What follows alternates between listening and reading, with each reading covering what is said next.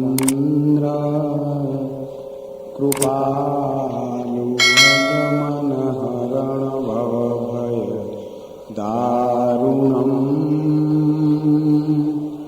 नवकञ्जलोचन कञ्जमुखकर कञ्जपदकुञ्जारणम् कंदर्पय गणितयमित सविनवनीलनीरज सुंदरम पटपीतमानहु तडितरुषि शुचिनवमी जनकसुतावरम् श्रीरमकुटकोण्डलतिलकचारुयुधारयङ्गविभूषणम् आजानुभुज सरचापधर संग्राम जित कर दूषणम् भजुदीन बंधो दिनेश दानव दलन दुष्ट निकंदनम् रघुनाथयानंद कंद कौशल चंद दशरथ नंदनम् इति वदति तुलसीदास शंकर शेषमुनिमनरञ्जनम् मम हृदय कुंज निवास करो कामादिखलदलगञ्जनम् ॐ पूर्णमद पूर्णामिदं पूर्णात् पूर्णमुदच्यते पूर्णस्य पूर्णमादाय पूर्णमेवावशिष्यते ॐ कारविन्दौ संयुक्तं नित्यं ध्यायन्ति योगिनं कामदं मोक्षदं चैव ओमकाराय नमो नमः। यदा यदा हि धर्मस्य ग्लानिर्भवति भारत अभ्युत्थानं धर्मस्य तदात्मानं सृजाम्यहम् परित्राणाय साधूनां विनाशाय च दुष्कृतां धर्म संस्थापनार्थाय संभवामि युगे युगे। बोलो सद्गुरु देवनो जय, सनातन धर्मनो जय, पधारेला हरिगुरु संतनो जय, नरभैराम महाराज की जय, कृष्ण कन्हैया लाल की जय। આજના સુપ્રસંગમાં ઉપસ્થિત આપણે આદરણીય મંડળના પ્રમુખ શ્રી શંકરના પાવન પગલે સદગુરુ કરજો સહાય, નૂતન વર્ષના પાવન પગલે સદગુરુ કરજો સહાય। ધન દોલત લક્ષ્મી અર્પી અમારા વિઘન દીજો મટાય। નવા વર્ષમાં આપ સૌએ પ્રવેશ કર્યો, પગલા કર્યા। પરમાત્મા ગુરુદેવ આપ સૌના કાર્યોમાં સફળતા આપે, આપના રસ્તામાં કેડીમાં પરમાત્માની કૃપાનો પ્રકાશ પથરાય અને એ અજવાળે આપ સૌ આત્મચિંતન સાથે સોંપાયેલા દરેક કાર્યોમાં સફળ નીવડો એવા અમારે સંત અને સાધુ સમાજ તરફથી અંતરના ખૂબ આશીર્વાદ સાથે દંડવત પ્રણામ સહ નમસ્કાર.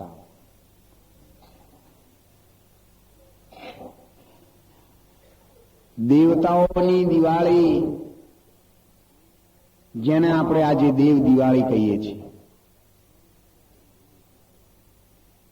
એક વસ્તુ તો ચોક્કસ નક્કી છે કે જે માનવોની દિવાળી છે એના કરતા દેવોની દિવાળી જુદી છે.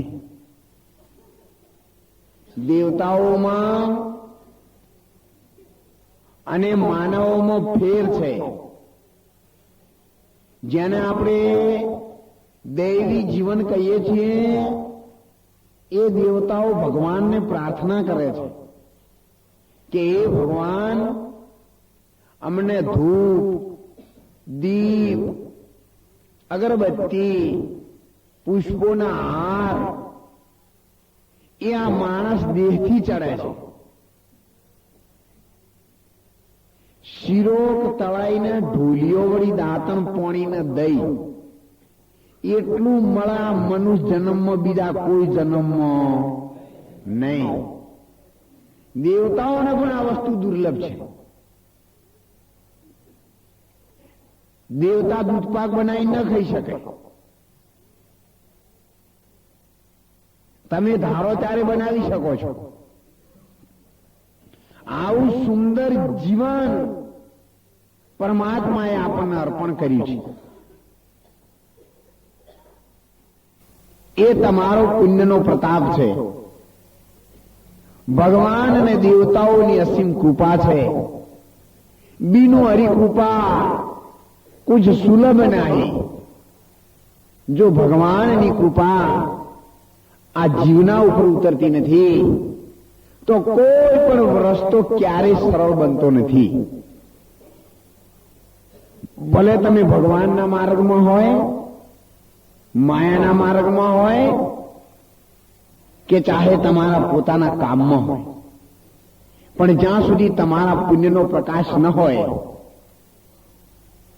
ત્યાં સુધી તમારો વિકાસ ક્યારેય નહીં થાય. પાપ કરવું, બાવળિયા વાવવા અને ઓબાની આશા રાખવી એ ક્યારેય નહીં બની શકે. ખેજડાની સામે તમે 100 વર્ષ સુધી તપ કરશો ને પણ કેરી ક્યારેય નહીં આવે. કેરી લાવવા માટે તમારે ઓબાની ગોટી જ વાગવી પડતી હોય છે. અને એટલે સંતોએ કહ્યું છે, બીજ વાવો બાવળિયાના અને ઓબા ક્યાંથી ફળે. કૃષ્ણ વગર, કૃષ્ણ કૃપા વિના નર રળે, એની રીધિ સીધી કદી ન વળે. તમે 12 શોધો અને 17 તૂટી જાય, અને એવો અનુભવ દરેકને પોતપોતાના પ્રમાણમાં થોડો ઘણો તો થયેલો હશે જ. માટે એ બધા જ રસ્તાઓમાં સુલભતા પ્રાપ્ત કરવા માટે સંતોએ બતાવ્યું છે. અરે સુખ કહ્યું ના જાય સતસંગનું રે. સુખ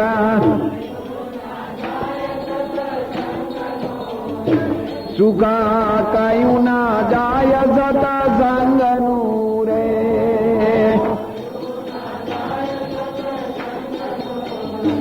અડે અંગે શીતળતા થાય છે રે. સુખ કહ્યું ના જાય સતસંગનું રે.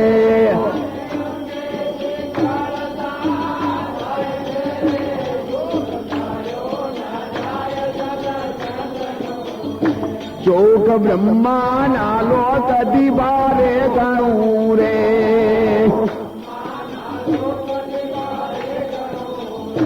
ચોક બ્રહ્માના લોક દિવારે ગણું રે.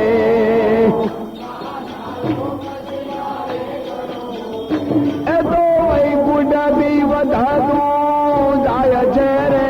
જુગા કયું ના જાય સતસંગનું રે.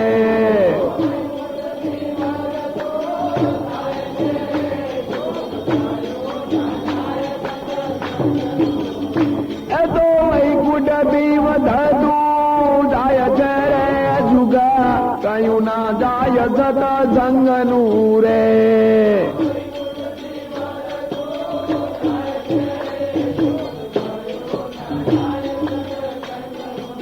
બોલીએ કૃષ્ણ કનૈયા. એટલે જ ભારતના સંતોએ કહ્યું છે, એક ઘડી આધી ઘડી, आधी में पुनियाद तुलसी संगत संत की तो कटे कोटी अपराध. કરોડો અપરાધોમાંથી ભગવાનના નામનો સત્સંગ આપણને બચાવી શકે છે. જગતનો મશહૂર ડાકુ જેસર જાડેજો એના પોતાના માથાના વાળ કરતા એ તો રાલ મેં કાળા કર્મો કર્યા છે. મેં કેટલાય બેન અને ભાણેજોને લગ્ન મંડપમાં વર અને કન્યાઓને કેટલીય ગાયોને પાણી પીતી અટકાવી છે. અને એ કરેલા કર્મોનો જો બદલો ભોગવવાનો થાય તો મારે કેટલાય જન્મો લેવા પડે. જ્યારે 18 દિવસના યુદ્ધના મેદાનમાં કૌરવ અને પાંડવોની સેના પૂરી થઈ ગઈ, કૌરવો પણ પૂરા થઈ ગયા, ત્યારે આંધળો ધૃતરાષ્ટ્ર કૃષ્ણ ભગવાનને પ્રશ્ન કર્યો કે ભગવાન, મારે 100 દીકરા, મારા સગાવાલા, મેં મારી જિંદગીમાં મેં કોઈને કશું જોયું નથી, મેં કોઈનું ખોટું મારી આંખે કર્યું નથી, તો કયા જન્મનો પાપ મને નડે છે કે મારા 100 છોકરામાંથી હું એકનું મોઢું પણ ન જોઈ શક્યો અને એમનું રાજ પણ ન જોઈ શક્યો અને ખેદાન મેદાન થયું તે પણ ન જોઈ શક્યો, તો મારે કયા જન્મનું પાપ ભોગવવું પડે છે. ત્યારે પરમાત્માએ એને દિવ્ય દ્રષ્ટિ આપી અને દ્રષ્ટિથી જ્યારે એને જોયું ત્યારે ભગવાનને કહેવા લાગ્યો, ભગવાન, મોટા કોઈ ડુંગર અને ભોખરો છે, એ બધા મને હવે સળગતા દેખાય છે. એટલી બધી અગ્નિ સળગે છે કે જેની કોઈ સીમા નથી. ત્યારે પરમાત્માએ કહ્યું, ધૃતરાષ્ટ્ર, એ કંઈ જ બીજું સળગતું નથી, તમારા કરેલા પાપો સળગી રહ્યા છે અને એ જ્યારે પૂર્ણ થશે ત્યારે જ તમને સારું દેખાશે. ત્યાં સુધી કંઈ પણ દેખાવાની તમે લાયકાત ધરાવતા નથી. એટલા માટે સારું જોવા આપણે પોતાને કંઈક સારું કરવું પડે છે. 18 દિવસના એ જ યુદ્ધના મેદાનમાં જ્યારે કર્ણ રાજા પાણી પાણી પાણી પાણી કરે છે, પાણી એવા દાનેશ્વરીને અત્યારે પાણી પાવા વાળું કોઈ નથી. જેના શરીરમાં કેટલાય બાણો વાગેલા છે, વેદના સહન થતી નથી, પણ આવી મધ્યરાત્રિ થવા આવી છે, કોણ પાણી પાય? કર્ણ રાજાને પરશુરામનો શ્રાપ હતો કે કર્ણ, તું એક ક્ષત્રિય છે, બ્રાહ્મણ થઈ અને મારી પાસે તું વિદ્યા ભણ્યો, પણ જ્યારે ભગવાને આ બાણનો ભેદ પરશુરામે 2 બાણ આપ્યા કે લે કર્ણ, તારી વિદ્યા ઉપર ખુશ થયો છું, રાજી છું, અને આ 2 બાણ લઈ જા. એક બાણ નિશાન કરીને આવશે અને બીજું બાણ મોત કરીને આવશે. 2 જ બાણ લઈ જા. ભગવાન અંતર્યામી ગુરડાગામી પોતે જુગદા ધાર, તન કી જાણે મન કી જાણે, જાણે અંતર કી ચોરી, તારું સુપાય શું સુપે જેના હાથ જીવન મરણની. એવા પરમાત્માને ખબર પડી કે કર્ણ રાજા દુર્યોધનના દરબારમાં રહે છે. 2 બાણ લાવ્યો છે, એક નિશાન કરીને આવે, બીજું મારીને આવે, અને આવતીકાલે પાંડવોની સાથે એ યુદ્ધ કરશે. અને જો આ 2 બાણ એની પાસે હશે તો વિજયના ડંકા એના જ વાગશે. તો મારા ભક્તોનું શું થશે? ભગવાનને રાત્રે ક્યારે નિંદ્રા નથી કરી હરિજન મારા ભજન કરે એની ચોકી કરે છે ભગવાન. અરે નથા દૂધ વાકો દિયા દૂધ માકો ખબર હે ખુદા કો સબર વો ભરેગા. મુરાદમ કહે મુકદ્દરની અંદર, મુરાદમ કવિએ કહ્યું છે કે ખુદાને જે ટાંક લગાવ્યા છે એ કભી ટાળ્યા નહીં, ટળેગા. જીને પેટ કીના ઉસે ઢૂંઢ લીના, મીટે આના જાના. જેને તારું પેટ કર્યું છે, જે તને ભૂખ્યો જગાડે છે, પણ ભૂખ્યા કોઈને ઊંઘાડતો નથી, એનું નામ પરમાત્મા. અને એ પરીક્ષા કરવા માટે જ્યારે લક્ષ્મીજીએ એક કીડી પકડી અને ડાભડીમાં મૂકીને ડાભડી બંધ કરી નાખી, કબાટમાં સંતાડી દીધી અને ભગવાનને પ્રસાદ આપીને ભગવાન પ્રસાદ લઈને ઉભા થયા ને, ત્યારે માતાજીએ કહ્યું, ભગવાન તમે કહો છો ને હું આખી જગતને જમાડીને પછી જમું છું, પણ એ ખોટું છે, એક જીવ ભૂખ્યો છે. ભગવાને કહ્યું કે લક્ષ્મીજી દેવી એવું ક્યારે ન હોઈ શકે. ના, પણ આજ તો મેં નક્કી કર્યું છે અને તમને બતાવો. તો કે લઈ આવો, જાઓ. ત્યારે ડાભડી લઈને આવ્યા. ભગવાને કહ્યું કે અહીંયા તમે મૂકો મારી સામે ને પછી ખોલો. લક્ષ્મીજીએ ડાભડી ખોલી ને તો એ ડાભડીમાં કીડી હતી, એક ચોખો બેઠી બેઠી ખાતી હતી. લક્ષ્મીજીએ કહ્યું કે અરે આ તો એકલી કીડી પૂરી મ ચોખો છે. હવે ચોખો સોનો રે, મેલો સોનો નહીં રહેતો ના ચોખો.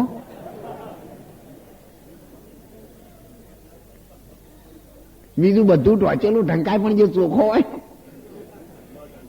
ના ઢંકાય. જનનો ચોખ્ખો છે એ બીજા ચોય ને સીધો કપાળમાં જ આવે. ચોખ્ખો માણસ કપાળમાં જ વાગે એવું બોલે, મેલો માણસ ન બોલી શકે. અને ચોખ્ખો એ કપાળમાં ચોટાડતા નહીં, એટલે ચોખ્ખો માણસ જયારે બોલે ને ત્યારે મેલા માણસ ને કપાળમાં ચોટે જામ લઈ. અને એટલા માટે જ ચોખ્ખો કપાળમાં ચડે છે. ચોખ્ખો ના હોય ત્યાં સુધી ચડી ન શકે. ડોંગર ને ખોંડવી પડે, એને ઘણી ખોંડણીયામાં ખંડાવવું પડે, એમને ચોખા નહીં થતા. ચોખા થવા માટે પેલા કેટલાય સાધન ગોઠવવા પડે છે, અને એ સાધનમાંથી જે પાસ થઈને આવે છે ને પ્રોસેસમાં, એ જ માણસ ચોખ્ખો બની શકે. ત્યારે ચોખા પર કીડીને જોઈ અને લક્ષ્મીજી એકદમ ડકાઈ ગયા. ભગવાન કહ્યું, લક્ષ્મીજી લાવો ને, ક્યાં છે એવો જીવ છે કોઈ? બોલો. લક્ષ્મીજી કે ભગવાન હું હારીને તમે જીત્યા. કે ના ના તમે જીત્યા, અમે તો હારેલા જ છીએ. સંતોએ કહ્યું છે જીતે એને મળશે જમ અને હારે એને મળે હરી.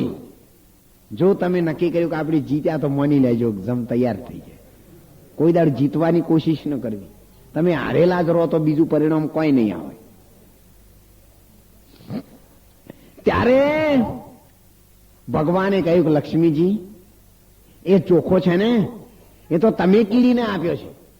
કે ના, મેં તો હંતાડી હતી કીડીને ડબ્બીમાં.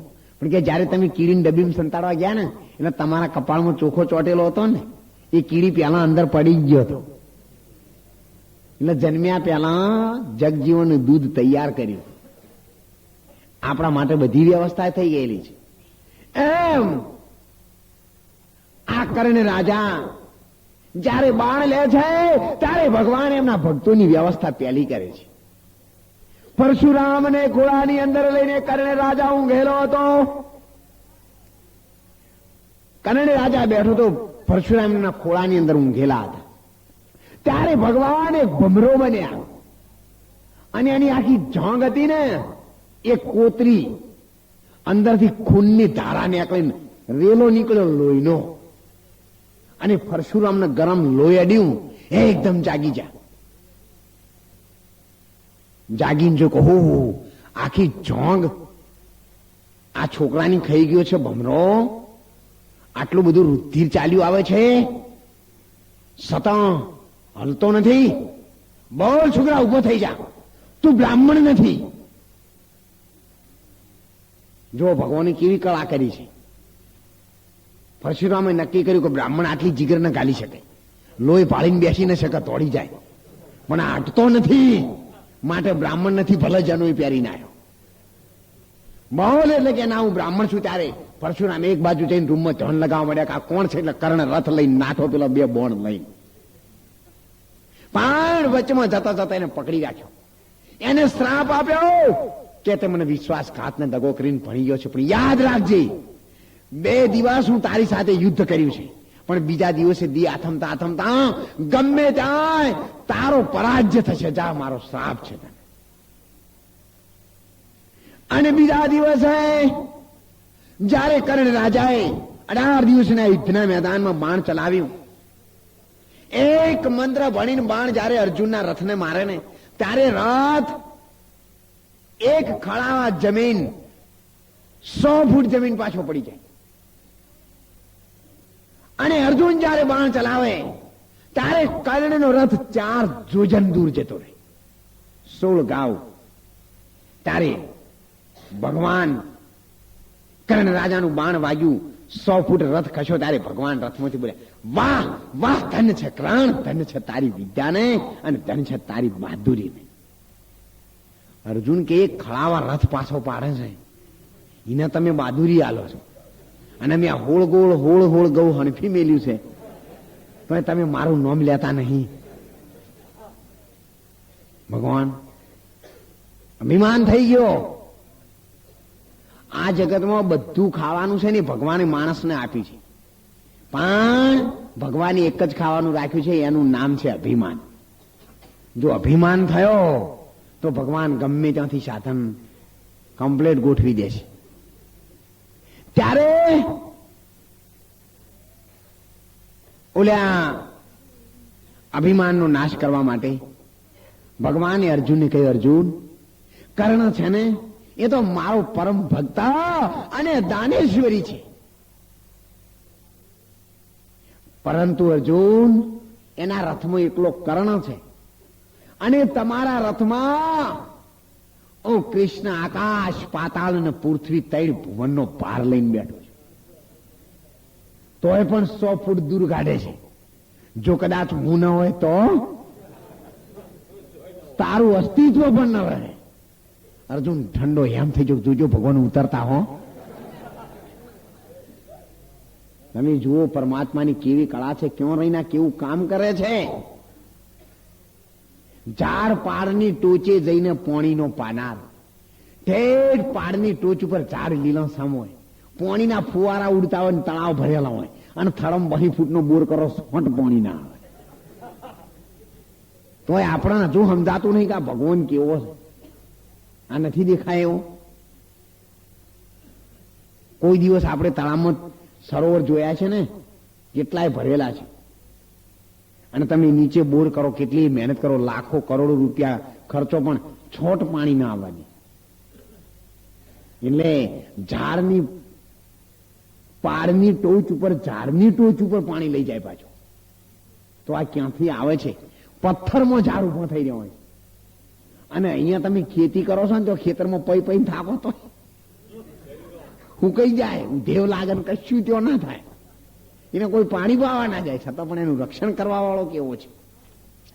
એટલા માટે પરમાત્માની કળાનો કોઈ પાર નથી.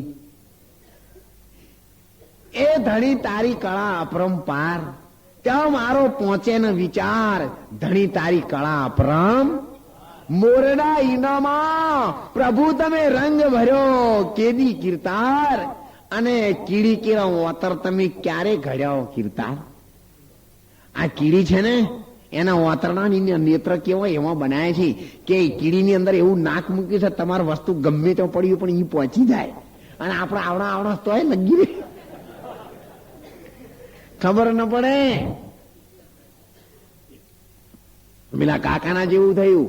એક કાકો વડની નીચે આવીને બપોરે તાપના ઊંઘ્યા હો, બહુ હેરાન થઈ ગયેલા, અને પછી 4 વાગે જાગીને આમ જોયું હોય, પાછું આમ ચારે બાજુ લીલી વાડીઓ, આમ જોયું એટલે લાગ્યું કે भगवान तुझ में अक्ल नहीं है, इतना बड़ा वर किया है और इनके फल तो देखो इतनी टीटी. ઈતે ઈતે હે આવડા મોટા વળને ચેવડા ફળ કર્યા, તારે કોઈ બુદ્ધિ નહીં લગી રે. અને પેલો વાડમાં વેલો છે કોળું, એના 10-10 કિલોનો કોળો હોય, વેલા બધા હેચી પડ્યા છે. તો કદી મોય લાઈન ચોટાડ્યો તા ડાળાને કોઈ થાય? અને આ ટેટાઈ આશા હોય બરોબર છે. ભગવાનને નક્કી થયું કે હલ્યો છે આ બેઠો બેઠો. તમે હલો ને એટલે ગમે ત્યાંથી રેત આવી જાય, ના હલવા દેવા ઓલી. ત્યારે ભગવાન આવી ગયા ઉપર પોપટ બની અને એક ટેટો કાપી પેલા ભાઈ બેહી રહ્યા હતા. नहीं नहीं नहीं नहीं मालिक खुदा परवरदिगार तूने जो किया है ना बहुत सोच के किया. जो પેલું 20 કિલો વાળું કોળું હોત તો એલો મને જ મારો સમજાઈ ગયું કે એ ભગવાન તી જે ગોઠવ્યું છે ને એ બરાબર ગોઠવ્યું છે. એટલે આ તો આપણને પણ આવો જયારે અનુભવ થતો નથી ત્યાં સુધી આપણે ઈશ્વરની ગોઠવણી કેવી છે ને એ ક્યારેય વિચાર કે મહેસૂસ કરી શકતા નથી. ત્યારે બરાબર દી આથમતાના સમયે ભગવાને એ કળાનું બળ કર્ણની અંદરથી હરણ કરી લીધું અને એ બળ અર્જુનને આપ્યું. અર્જુનની તાકાત વધી અને કર્ણની તાકાત ઘટી. અને એ સમયે ભગવાને કર્ણ રાજાની ધરી હતી ને તોડી નાખી. આ કાર્ય બધા ભગવાનથી જ થાય છે.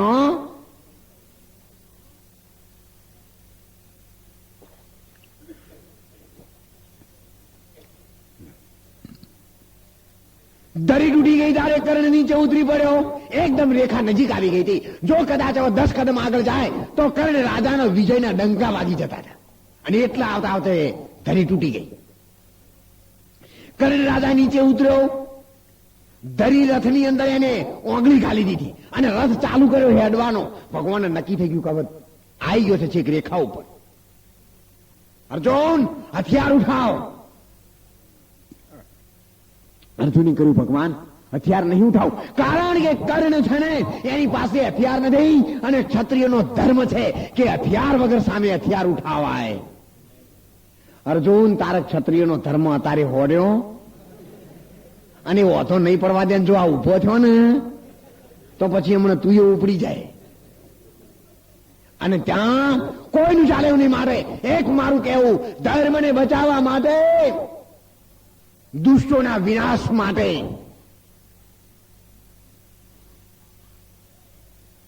આ વાક્યને બ્રહ્મ વાક્ય જનાર્દન માની હથિયાર ઉઠાવ. પાપીઓને હણવામાં તને ક્યારેય પાપ લાગવાનું. અણોના પાપીના પાપો દ્વિગુણ બનશે પાપ જગતના. કદી તમે પાપને ન હણો, પણ પાપીને હણી નાખો એટલે પાપ જગતમાં થાય જ નહીં. એ પાપીની ફેક્ટરી ઉડાડી મૂકો. ત્યારે અર્જુને હથિયાર ચડાયા.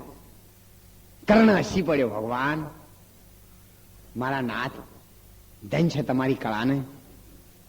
હું કેટલો બધો સદભાગી છું કે મારું મોત તમારી સામે થાય છે. આ જગતમાં કોઈ એવો જીવ નહીં હોય કે સ્વયં ભગવાન રથ લઈ અને રથમાં એનું મોત બેસાડી ના હોય. વાહ ભગવાન વાહ, તમે આજ મારું મોત રથમાં બેસાડીને હાકીને લઈને આવ્યા છો કર્ણ. હવે તો આના જેવો અવસર બીજો કોઈ મળવાનો. અને આપણને જો ભગવાન મળે તો મારા છોકરાનું, મારા ફઈના ભણ્યા, જમીન, મને કદી કોઈ ના થાય. જીવ માગવા મંડી પડે. ભગવાનની પાસે માગણી કોઈ દી ન કરવાની. ફક્ત એક નરસિંહ મહેતાએ કહ્યું છે, ધન જોબાન આવે અને જાવે, એની કોઈ દી માગણી કરવાની ન હોય. જે આપવાનું છે ને એ જવાનું જ છે. આપણે બધા આયા છીએ તે ગયા વગર છૂટકો. પણ જે આવતું નથી એ ક્યારે જતો પણ નથી. એટલે નરસિંહ મહેતાએ કહ્યું, મેને આશા દર્શન કી એ ખબર નહીં પલકી, મૂર્ખ બાત કરે.